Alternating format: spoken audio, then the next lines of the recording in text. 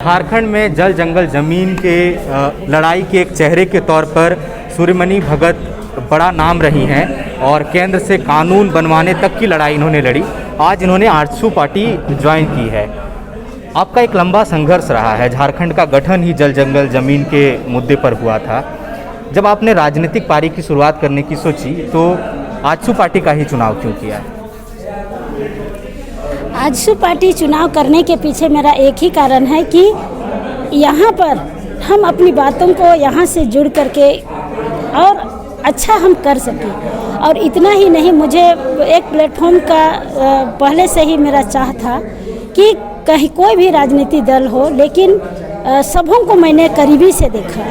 पर मुझे लगा कि आजसू से जुड़कर, क्योंकि ये एक ज़मीनी स्तर पर काम करने वाला पार्टी है और यहाँ पर ऐसे लोगों का जमावड़ा है जो झारखंड का सोच, झारखंड को एक दिशा निर्देश देने वाले बुद्धिजीवी लोग हैं और झारखंड को एक अच्छा झारखंड, अभी तो झारखंड है ना, झारखंड है, उसको झारखंड बनाने का दिशा में वे काम कर रहे हैं। यही सोच को लेकर के हमने यहाँ एक बड़ा सवाल है, आप जंगल आंदोलन से जुड़ी रही हैं। पूरी जो राजमहल की पहाड़ियाँ हैं ऐतिहासिक पहचान रही हैं उनकी। हूल क्रांति के जो प्रणेता थे सिद्धू कान्हू, उनका पूरा रणक्षेत्र वही था। पूरी राजमहल की पहाड़ियाँ खोद दी गई हैं। साहेबगंज के आसपास मंडरो, भगैया, राजमहल, तीन पहाड़, पूरा इलाका, जो इलाका कभी मतलब सुरम्य था, अच्छा वेदर जहाँ का रहता था, ठंडक रहती थी, वहाँ धूल ही धूल है। सूर्यमणि जी, आप कोई कदम उठाएंगी उसके लिए आगे? अभी जो इसका कदम उठाने के लिए हमारा एक जो हथियार है और वो है जो वन अधिकार कानून 2006, और इस कानून के तहत ही हम इसका कदम उठाया जा सकता है और इससे लोग लाभान्वित हो सकते हैं। क्योंकि ये कानून में जो दिया गया है, जो अधिकार हैं, वो अधिकार को हमारे लोगों को जानकारी नहीं है और जानकारी यदि हो जाएगा तो स्वतः वे जंगल, पहाड़ और नदी को बचाने के लिए आगे आएंगे। क्योंकि कानून का जो बात है, कानून नहीं जानकारी के चलते ही आज ये पहाड़ खोदा जा रहा है। दर्द होता है ये ठूठ पहाड़ को देख करके, ये जंगल को देख करके कि क्यों हमारे लोग दूर भाग रहे हैं, इसको कानूनन रूप से क्यों नहीं इसको बचाने के लिए आगे आ रहे हैं। तो मुझे लगता है कि कानून का पूर्ण रूप से लागू हो, कानून को जानकारी हो, कानून का जानकारी हो और इसको बचाने के लिए जो अधिकार हैं, इस अधिकार को लेने के लिए वो आगे आए। जब भी जल जंगल ज़मीन की बात होती थी तो अभी जो सरकार सत्ता में है, झारखंड मुक्ति मोर्चा, उनकी ये शिकायत रहती थी कि 20 साल के गठन के बाद हमेशा बाहरियों का शासन रहा है। तो अब तो पूर्ण मतलब एक तरह से कहें कि बहुमत की सरकार, स्थायी सरकार बनी है। इसके बावजूद ये सवाल अवैध खनन का, अवैध उत्खनन का, बालू घाटों पर अवैध बालू ढुलाई की शिकायत लगातार मिलती है और आप इन तमाम मुद्दों पर लड़ती रही हैं। आप क्या कहना चाहेंगी कि इस सरकार में भी ये आरोप लगते रहे हैं? क्योंकि पहाड़ और जो पहाड़ है या खदान है या नदी है, नदी का बालू, इसे एक बहुत बड़ा आय का स्रोत है सरकार के लिए। उन्हें लगता है कि अगर लोगों को हक और अधिकार दे दिया जाए तो हमारा जो इसे जो हमें रॉयल्टी मिलती है, जो पैसा मिलता है, ये बंद हो जाएगा।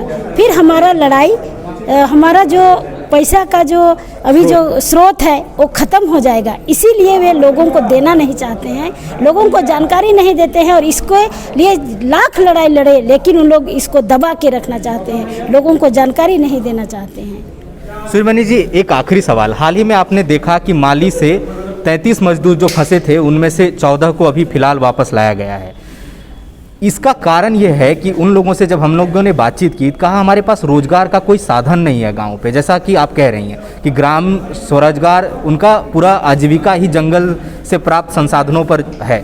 यहाँ पे बड़े पैमाने पर मानव तस्करी हो रही है, छोटी छोटी बच्चियों को ले जाके दिल्ली बेच दिया जा रहा है। शायद यही वजह है कि जो आप उनके आश्रय ही छीन ले रहे हैं। इस बारे में सूर्यमणि देवी जी सरकार से कुछ मांग करेंगी, केंद्र तक कोई बात करेंगी या आगे आंदोलन करेंगी? क्योंकि आप राजनीति में भी हैं तो आप तो और तीखा हमला आप बोल सकती हैं। इसको लेकर के मेरा जो एक सोच है कि जो हमारे बच्चियां पलायन करती है, जो हमारे मिट्टी में जन्मे हमारे जो किसान भाई है, ये जो बाहर चले जाते हैं कमाने के लिए ईंट भट्ठों में, और उनके साथ जो शोषण होता है, ये मुझे दर्द होता है। क्यों आज सरकार इस पर कोई कदम नहीं उठा रही है? क्योंकि हमारा झारखंड में बहुत सारे ऐसे चीज़ें हैं जहाँ पर रोज़गार स्थापित कर सके। जैसे एक छोटा छोटा रोज़गार स्वरोजगार से जोड़ने का जो प्रयास किया जा सकता है। अगर हम जंगलों को देखेंगे, जंगल में बहुत सारे जो छोटे छोटे नाला है, वो नाला बह के चला जाता है, उसे रोकने का काम चेक डैम बना के वहाँ का पानी को लिफ्ट इरिगेशन करके खेतों का सिंचाई के लिए ये होना चाहिए। अगर नदियों में भी चेक डैम बना दिया जाए और जहाँ पर बंजर भूमि है, उजाड़ भूमि है, वहाँ पर वृक्षारोपण करके फलदार पेड़ लगाया जाए, जो आय का स्रोत है, आने वाला पीढ़ी के लिए वो रोजगार होगा, फल मिलेगा, लोगों को खाने के लिए भी होगा, उससे पैसा भी होगा, इनकम भी होगा। तो ये चीज़ें आज नहीं कर रही है, ये चीज़ों को करने की आवश्यकता है। आपको उम्मीद है कि आप आजसू पार्टी में आई हैं, इस पार्टी के जरिए आपका जो विज़न है वो पूरा हो सकेगा? पूरा होगा नहीं होगा ये तो बाद की बात है, पर मेरा जो सोच है कि मैं पार्टी के जितने भी सदस्य हैं, ये सबके साथ ये बातों को मैं रखूंगी और इसको पहल करने के लिए एक प्रेरित करूंगी कि ये होनी चाहिए, ताकि हम अगर झारखंड की विकास चाहते हैं, झारखंड के लोगों की विकास चाहते हैं, यहाँ के भावनाओं, यहाँ के जल जंगल ज़मीन को बचाने की बात करते हैं, तो हमें इन मुद्दों पर काम करने की आवश्यकता है, तभी हम इसको बचा पाएंगे। बहुत शुक्रिया मैम। तो ये थी सूर्यमणि भगत, जो झारखंड में जल जंगल ज़मीन की जो लड़ाई है उनका प्रमुख चेहरा रही हैं। तो देखना होगा कि आजसू पार्टी ज्वाइन करने के बाद ये अपने विज़न को कैसे इम्प्लीमेंट आगे करती हैं। फिलहाल इजाज़त दीजिए, सहयोगी अमित के साथ मैं Suraj, the follow up Ranchi. thefollowup.in. Like, share and subscribe. www.thefollowup.in